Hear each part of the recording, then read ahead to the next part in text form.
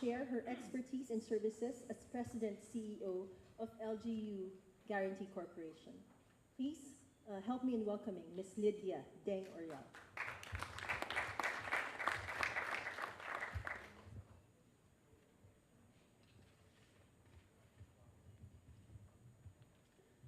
Okay, next we have a social activist with an academic background in engineering and economics. He is the author of the book Towards a Political Economy of Information, published in 2004, and Crossing Over.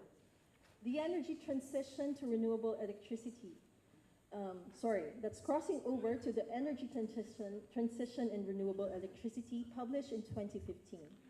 He is currently the National Coordinator of SRI Pilipinas, and SRI stands for System of Rice Intensification, and President of the Center for Renewable Energy and Sustainable Technology, which most of us are familiar with, CREST. His past involvements include the Philippine Greens, Tanggol Kalikasan, Halalang Marangal, and the Bulletin Board. Please welcome Mr. Roberto Besson.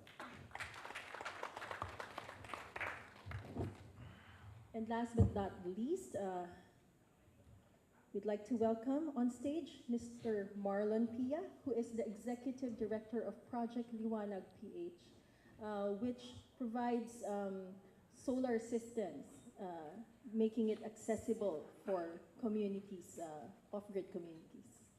Mr. Marlon Pia.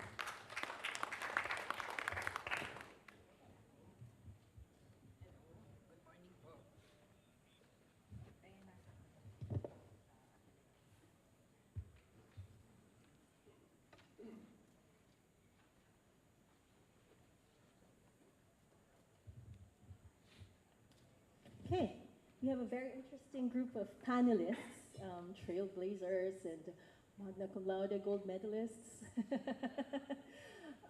and of course, Professor Versola.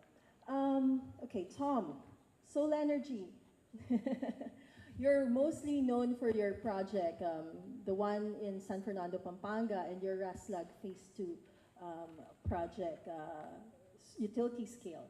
Now, currently, do you have any other projects that involve the co-location of solar and batteries? Thank you. Yeah, thank you for the kind introduction as well. It's a pleasure to be here. Yes, we're better known for the larger CNI rooftop projects that we've done.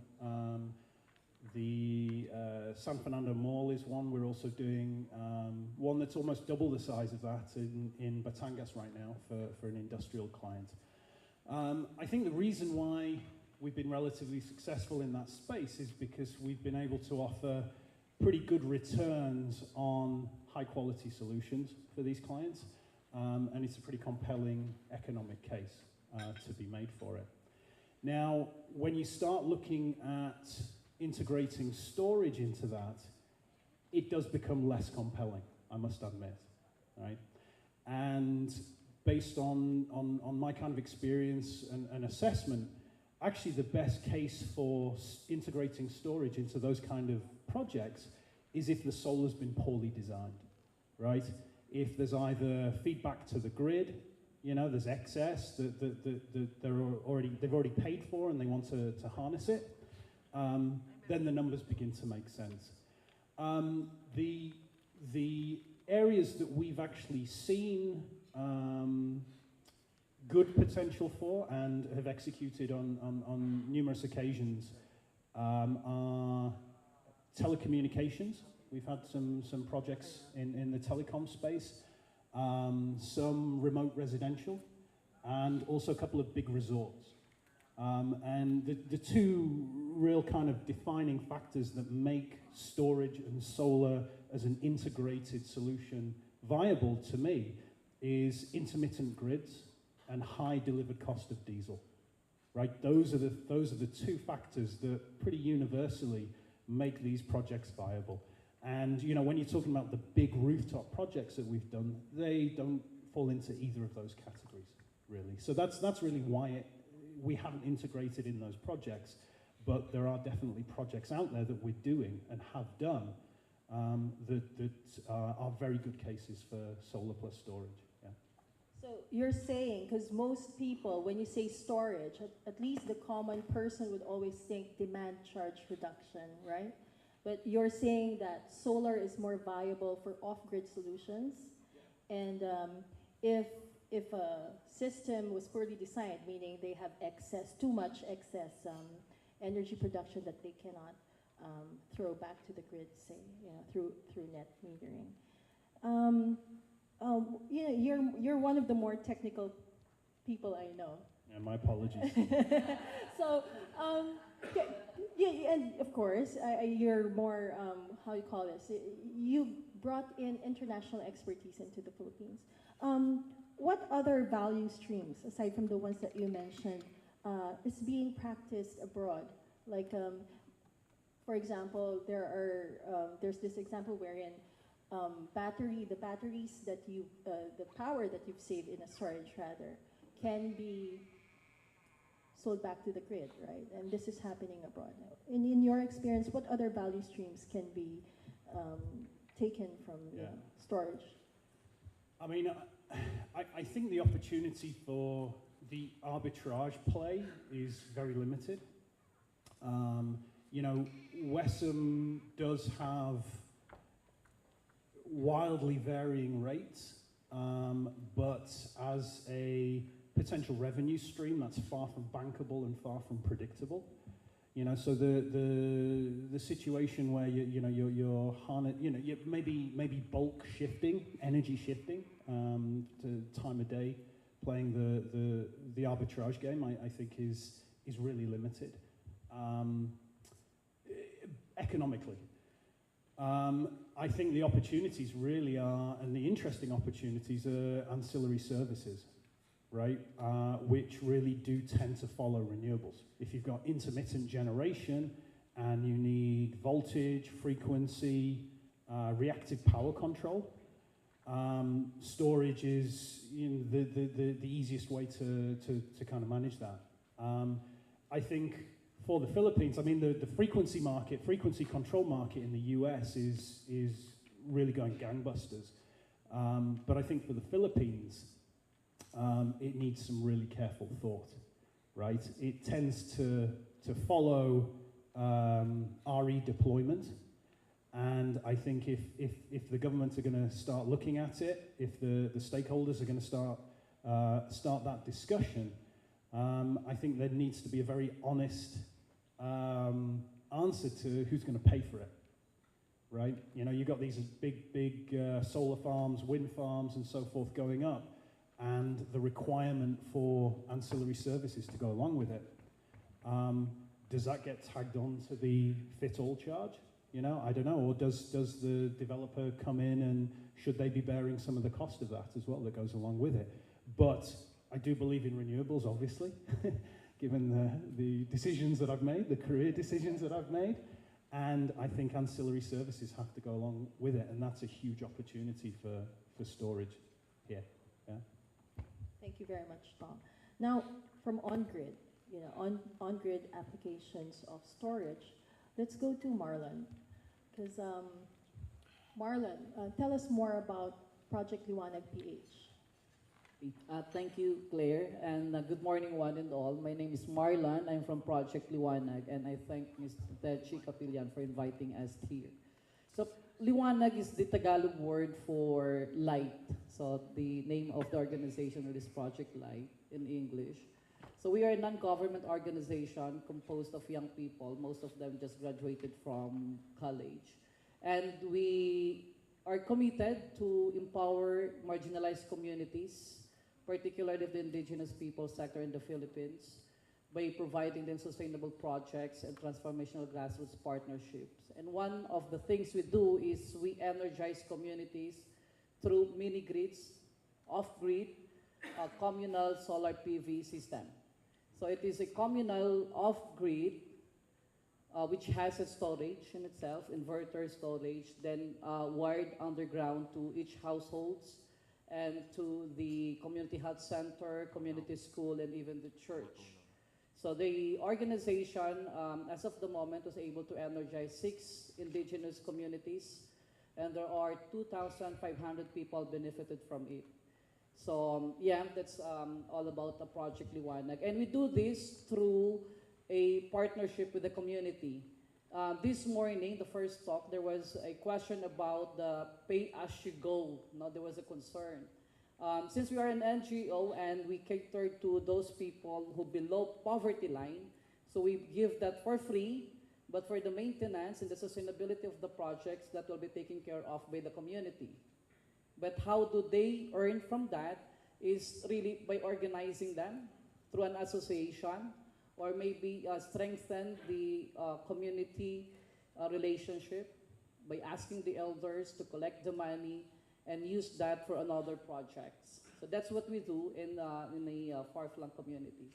Which areas are you working on right now, Marlon? Right now, we are catering to the indigenous sector in Capas Tarlac, the indigenous ITES, because among the indigenous sector in the Philippines, the ITES are the most neglected, forgotten by the society, considering that they're very close to the central government. And where does your funding come from? Well, that's a good question. So we do our own fundraising. As of the moment, we don't have companies or grant receiving from the government or from private sector. Although One Meralco Foundation gave us small amount, and right now we're talking with Boitis Foundation to help us because we receive a lot of requests, especially in the mountainous and coastline communities to provide electricity. I'm sure, because these are all remote areas, and there are challenges in terms of O&M and after sales. And how do you address those issues? The first challenge actually is the logistics, okay, bringing these materials to the community. Another thing is the community organization, organizing the community so that they will be able to, be part of it. So actually the installation part is the easiest, but the pre-planning is the most difficult, the most challenging. So because you have to do consultation, you have to have focus group discussion, because you have to explain to the community, to the members of the community, the pros and cons of the solar power. And particularly with the indigenous sector who are, not used to this kind of system. And of course, the sustainability of the system. And you mentioned earlier there are batteries. Yep, we do have batteries, that store the electricity, because in the mountains you experience the sunny season, sometimes you don't have sun. So our batteries have a autonomy of 1 week, so that if there is no, sunlight or what technology? Sorry. The technology is just, it's the normal battery, the lead acid battery. But normally what we do, we ask the community what are the needs for electricity. So my engineer, my electrician, they will compute that. Then of course, after computing that, we'll give allowance for 1 week and for expansion as well. But what if the time comes that these batteries have to be replaced? How that will be the responsibility of the community. So, as I said this morning, there was a question about pay-as-you-go. Our system is in every community, every member should pay. For example, for 1 month, before they were paying 250 pesos for kerosene. But with this system, they have to pay 100 pesos per month. Then if you're going to pull them together, they have more than enough for 1 year and after 5 years. So that ensures the sustainability of the project. Because one thing we do in Project Liwanag is we want to stop the culture of dependency among the marginalized communities.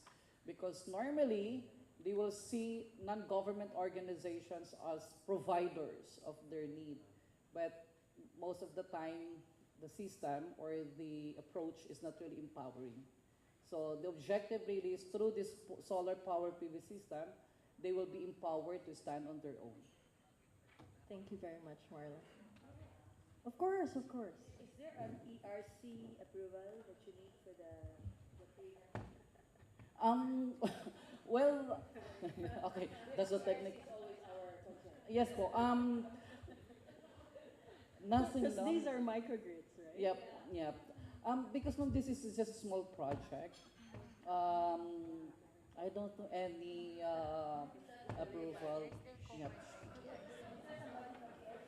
I think that was the question of Ma'am Techi when we talk about her, you know. And Ma'am Techi will answer for us. No, no ARC, so I'm safe. Well, now thank you, Marlon, but now we're on to the LGUGC. LGUGC finance schemes. LGUGC is known for guaranteeing LGUs and co-ops. So that's the traditional model. And eventually, you've extended that portfolio for RE. So then, could you tell us more about these finance schemes and how they apply to RE systems? Okay, so a backgrounder. Projects. Yeah. LGU Guarantee Corporation is owned 51% by private banks that are members of the Bankers Association of the Philippines, 49% by the Development Bank of the Philippines. And LGGC was really created to help open up non-traditional borrower sectors for the commercial banks. So the first were the LGUs, second we went to electric cooperatives, and then to water districts, and now we opened up to renewable energy providers. I see one of my clients here, Ruth, raise your right foot. Where's Ruth Owen? It's solar rooftops that are small for schools and hospitals. And we also have DC Tech, Green Heat, what do you call it? Green Heat for I think they're the tanks for schools. Okay, so the model is very simple. We get the design, and the LGGC is the one that does due diligence on the renewable energy technology provider. And when we have the guarantee approved for the particular project, say the one of Green Heat and one of Ruth Owen is really solar rooftops, so it's only say 6 to 9 million pesos per rooftop, but we approve up to a line of say 50 million, depends on the requirement of the projects, all the way up to 150 million pesos for the particular renewable energy proponent. And this can be composed of many projects. So once the guarantee package is approved for how much, then we go and have a canvas of all our active banks, partner banks. When I say active, these partner banks have their own idiosyncrasies and selections. You know, they want renewables in solar, but they don't like LGUs. They may like water, but they don't like renewables. So we know them already by heart. So we will ask them to give us the best terms and conditions for this client. And that's the beauty of applying first with LGGC, because you get banks to best terms and conditions. That's the emphasis. Because the banks, when they do submit to us their quotations, they know that they are competing with 6, 7 other banks. So they give the best. Because of the LGGC guarantee or credit enhancement, the renewable energy proponent is therefore considered a prime client, because it's not anymore the renewable energy company that the banks are leaning on, or it's already LGGC that the banks are looking at. Because LGGC will be the lender of last resort. Once the renewable energy proponent does not pay, LGGC steps into the shoes of the borrower proponent, and we pay the amortizations as they become due until the loan matures. There's no one-time or accelerated payment. It is per amortization. So I hope, Ruth, I hope you pay, because we don't want to step into your shoes and pay for you. But so far, we also have had mini hydro projects, and there are more problems in mini hydro, so we'd rather go for solar still. Yeah, it's easier.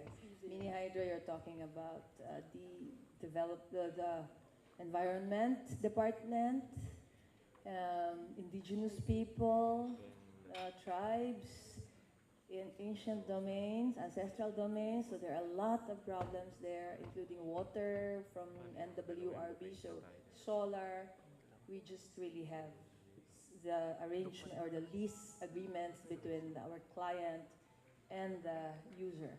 And normally for one client, there's net metering with Meralco.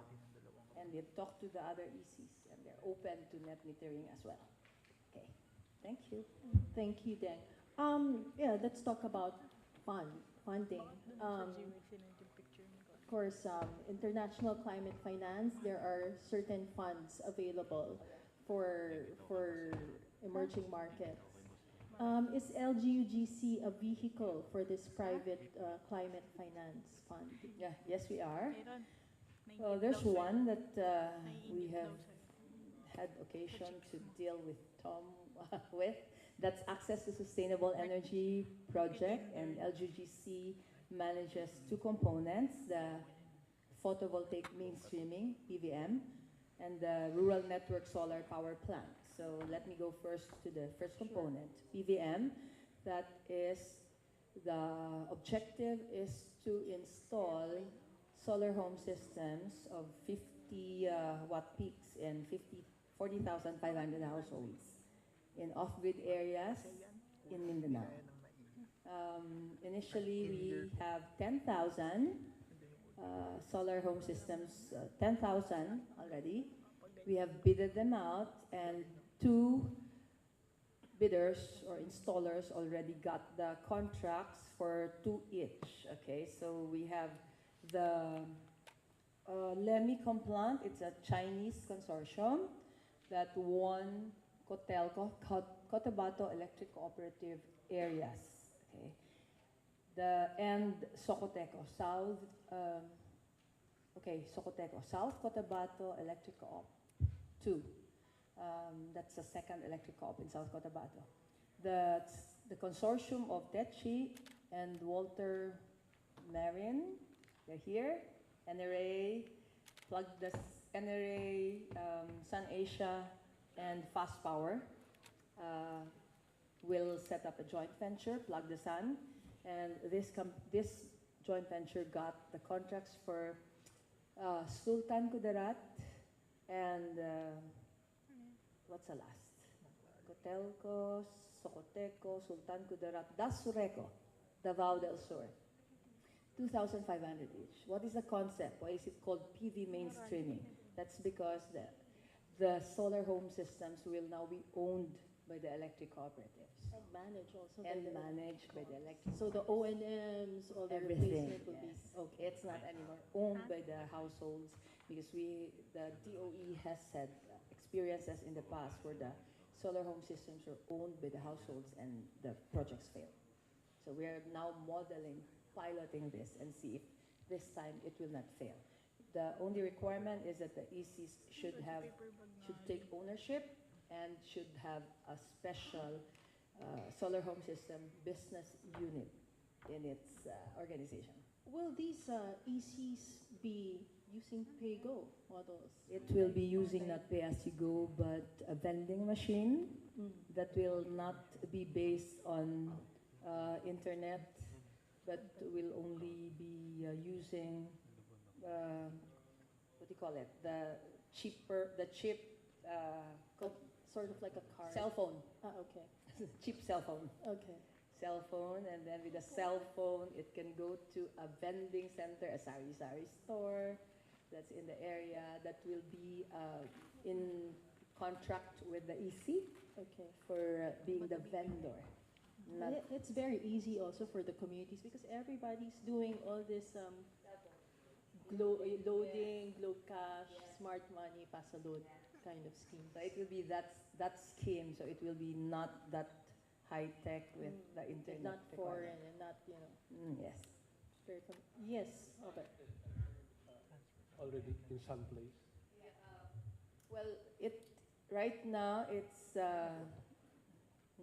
in Myanmar, but it's still ongoing as well, but it's only ahead by 6 months. So this is really, we're piloting at the same time. Good luck to us because a lot of eyes are looking at us, like the consultants of Germany, consultants of many other countries that are really interested in seeing this succeed, because once it succeeds, you're talking of 400,000 more off-grid households. Instead of forcing the ECs to electrify sitios under the Sitio Energization Project and the Barangay Energization Project, the BEP, where the electric co-ops are forced to put in the on-grid one household 1 kilometer apart or several kilometer apart, which really makes it, the system loss increase because of the, you know, the length of the distribution lines, the voltage drops, etc. So this one is something that's really interesting. They are called also on-grid mainstream. How about the power plant side?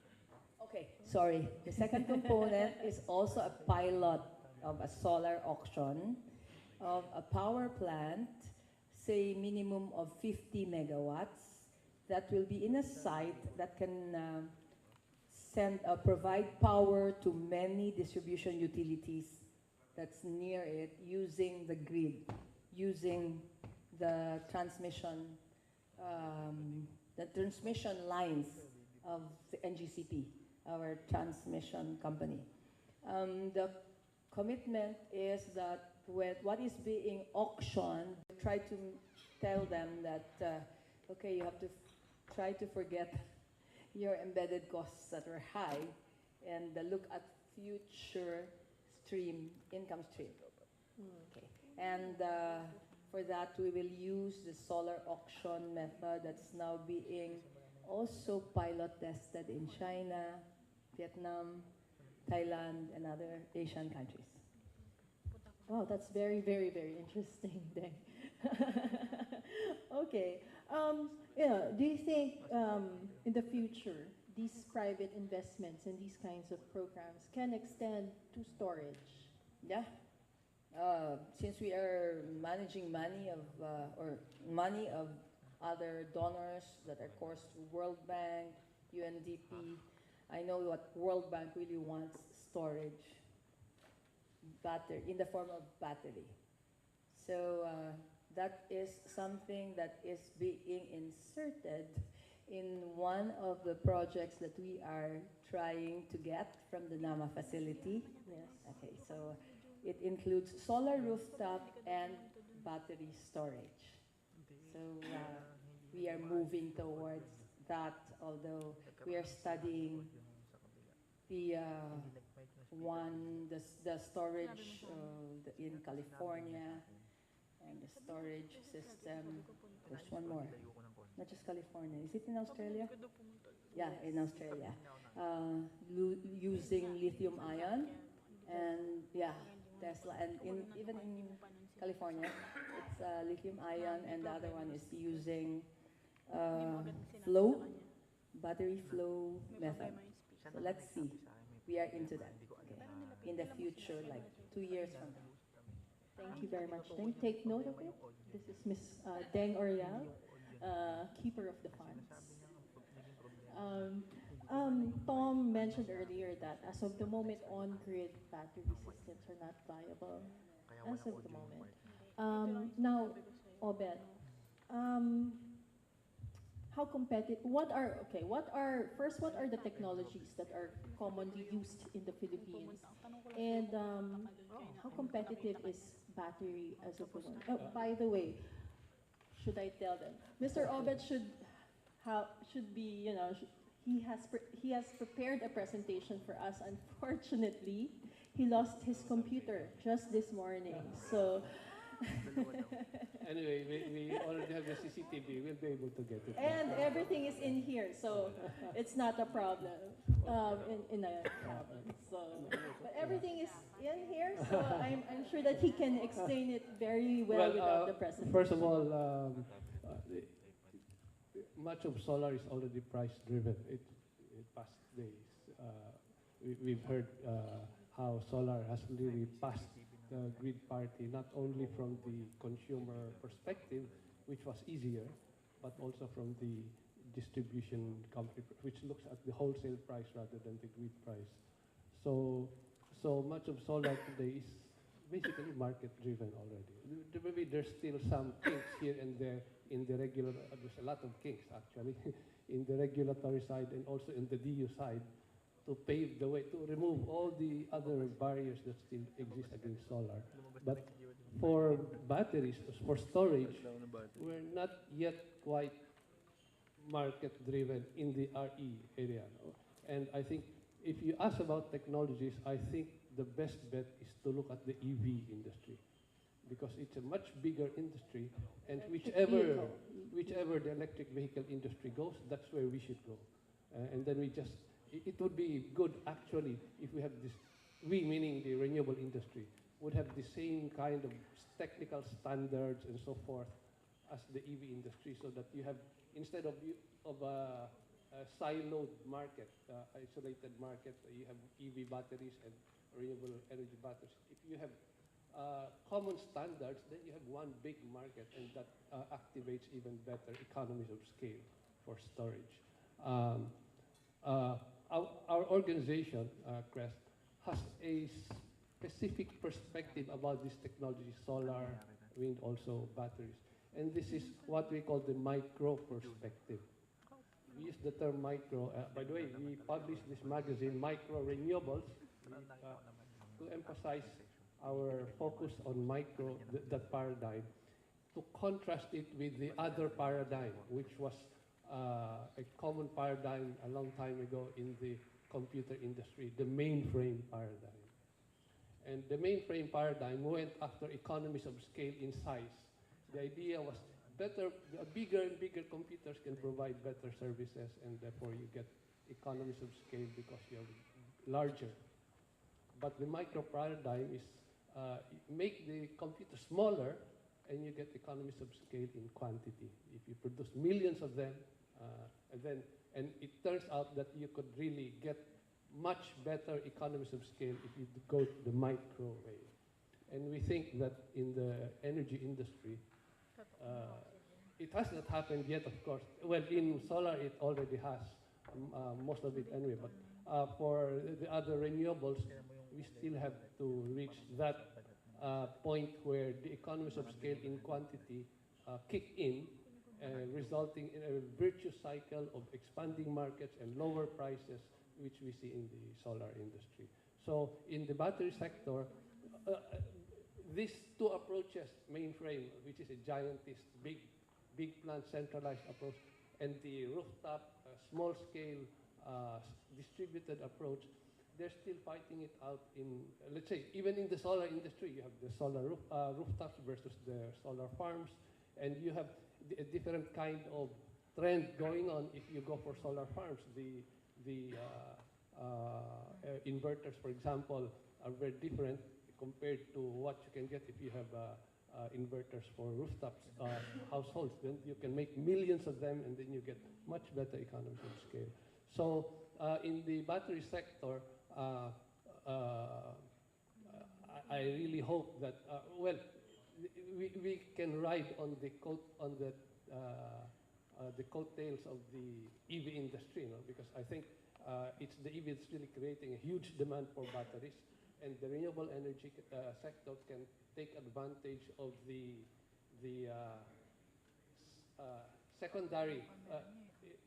In the EV industry, range is very important. You cannot afford to have a low back at in the middle of the desert, for example. So when it reaches 80% its capacity, then they will replace that battery with a new one.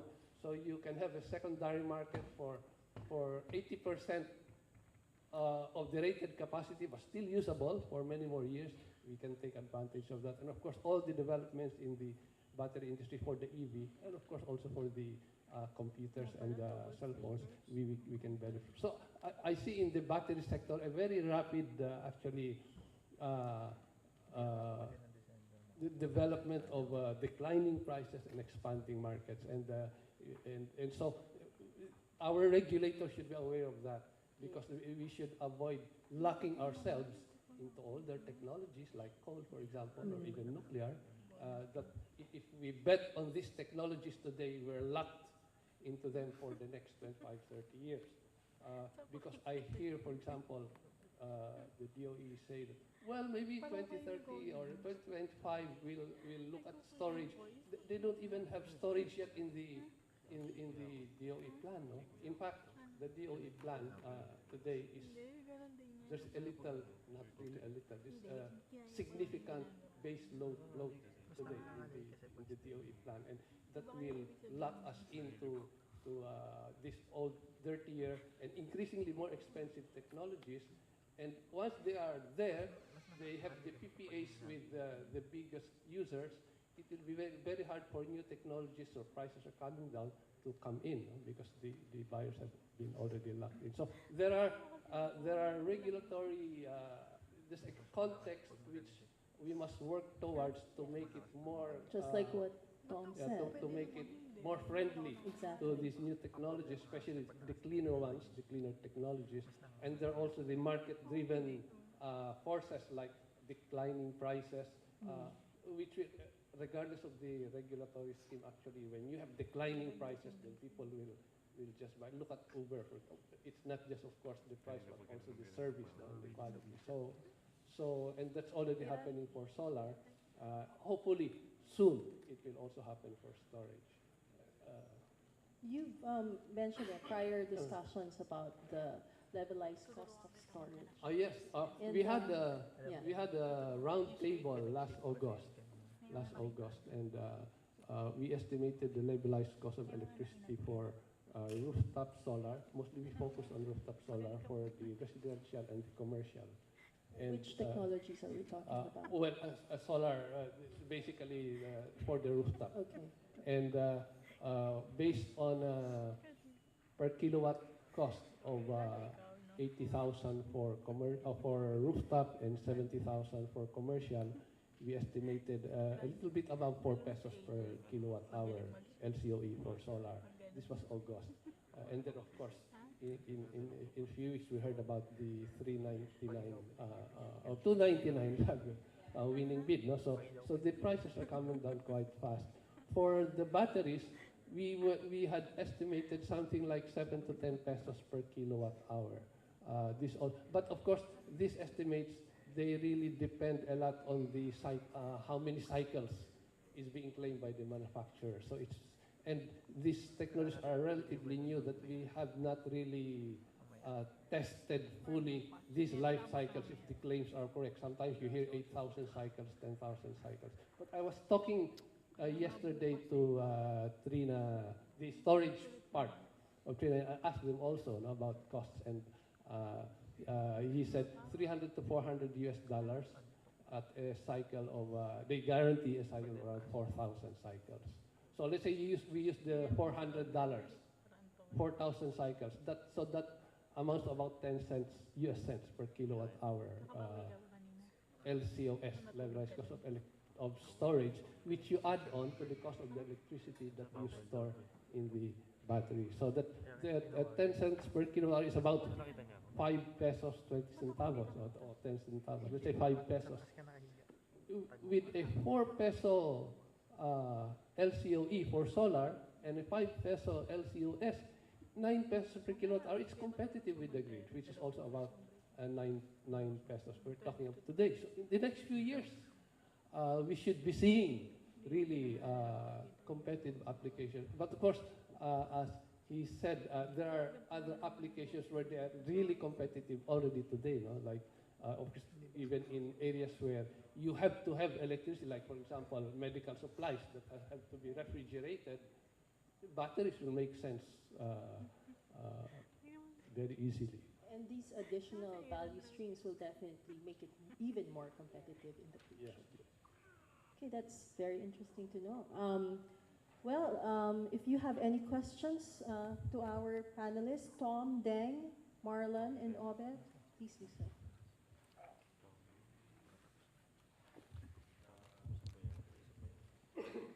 Thank you so much. I have a question. In your panel, among other things, was had everything to do with developing new business models,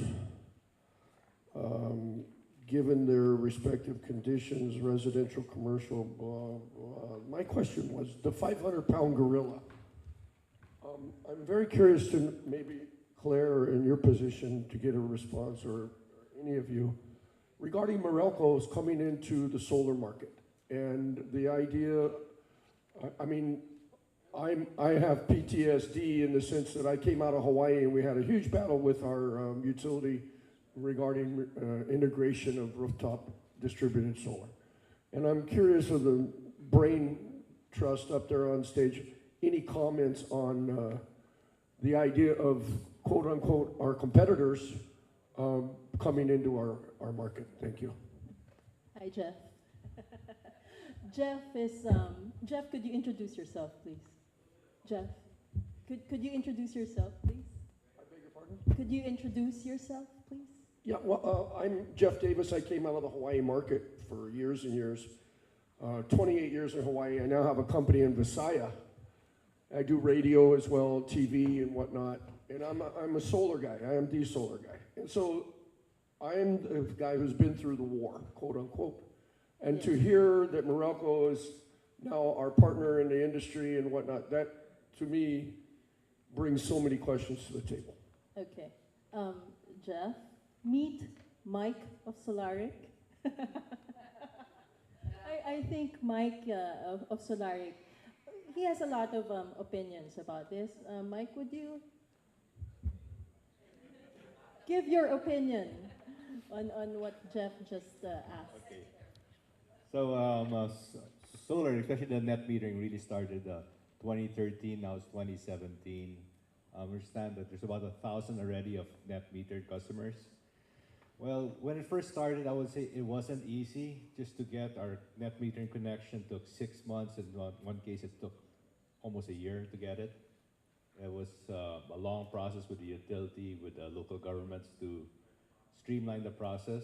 Now the process is about 2 months. Sometimes you could get it done in a month.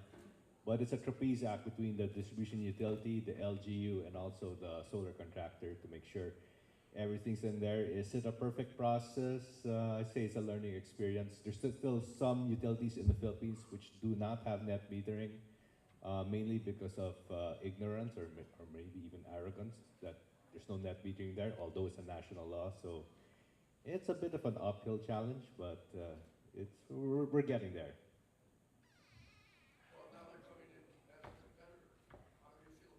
Well, I think there might be some conflict of interest issues because they have to do a grid impact study, distribution impact study, and they're going to be basically studying themselves. So they might have a faster track onto it, which may or may, which may be uncompetitive in nature, or it might be in violation of certain monopoly acts. So I think they should take away the distribution impact study fees altogether, just to take that out of the window. Just have the level playing field, because a DU can't be in the solar space and yet charging their own studies, because there's some conflict of interest issues there. But hopefully that will be resolved.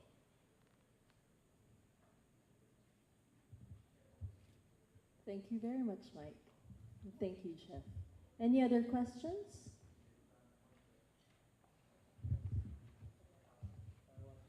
Something about the other barriers, to solar. Actually, I think it was mentioned yesterday that in the case of solar, the market is really already there, and there's pent-up demand, except that there's, from the DU side, there's a lot of barriers, really. And one of the most serious barriers is the unidirectional meter, which has been installed in most homes. not only here in Metro Manila, but also outside Metro Manila. And this unidirectional meter will, of course, it reads, it records your consumption as usual. But if you start exporting to the grid, it will still keep moving forward, meaning it will record your export, which should be paid for or which should be credited to you as consumption. And of course, that's already a double whammy for the solar investor, you know, who invested in the solar rooftop. That export will, of course, register in somebody else's electric meter. And they will be charged the full retail price also of your export, which you are actually already charged for. So that's really a deal breaker for a lot of people. So that's why you are really forced to go through the whole net metering circus, because you cannot just go ahead and install even let's say a 250 watt or a 500 watt thing just to test it out and see whether your meter really rolls back whenever you export to the grid, because you are punished for exporting to the grid. To me, it's really a huge barrier. Without that, people will experiment. And then people will try it, and then they see that they're saving money, and then the gates will open for a lot of pent-up demand for solar. Thank you, Ube. Actually, that is actually for another discussion. Later after lunch, I'm sure that will be very, very, very interesting. Excuse me. Yes, Tony, hi. My name is Tony Frey from Senac Solar. I live in Palawan, and we have a lot of installations, and customer would like to have net metering. But the local co-ops, they simply ignore it. Is there a government agency or a sheriff here who encourages them to pursue? Yes, again, that is for the next panel discussion, but sure. Of course, according to the law, all the electric cooperatives and distribution utilities are mandated, right? So the sheriff is the National Electrification Administration, NEA. NEA is actually, yeah, NEA.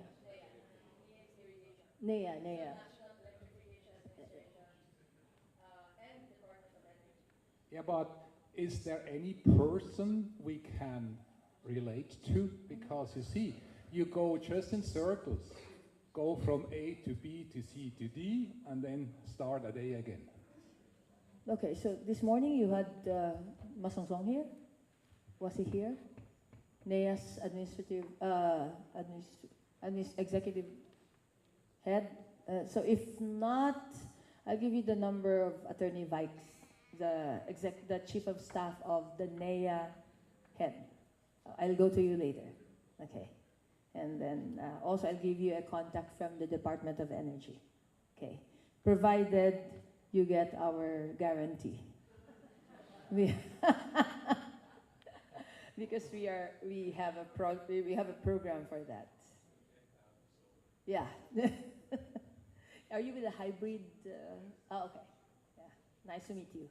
I've met you have somebody based in Singapore? Okay. I've met him. Thank you.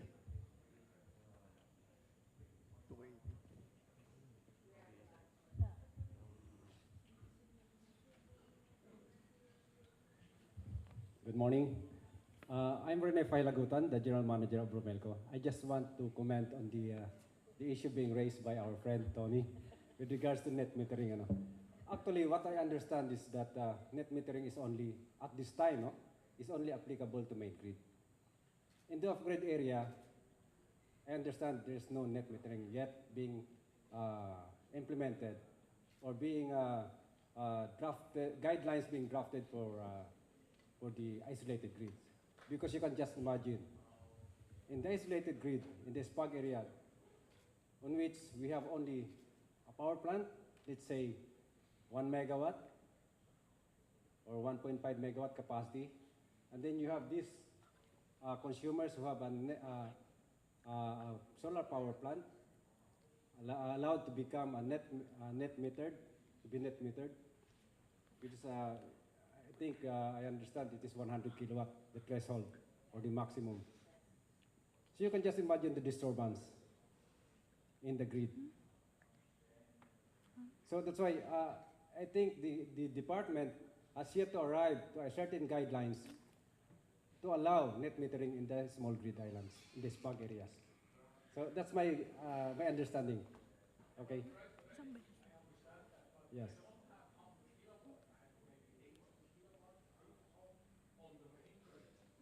Yes.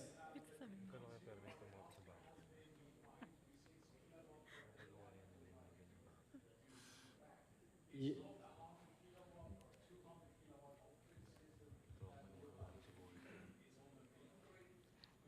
Yes, I understand also because if you allow net metering in the SPAG areas, so that's why I am saying that it will create a lot of disturbance unless otherwise there will be a safety measures, no, or a system that would ensure the reliability of the grid in the small islands. Okay, so if you allow net metering in the small islands, I think we must have an established system, okay, that everybody will follow, no matter what size is that.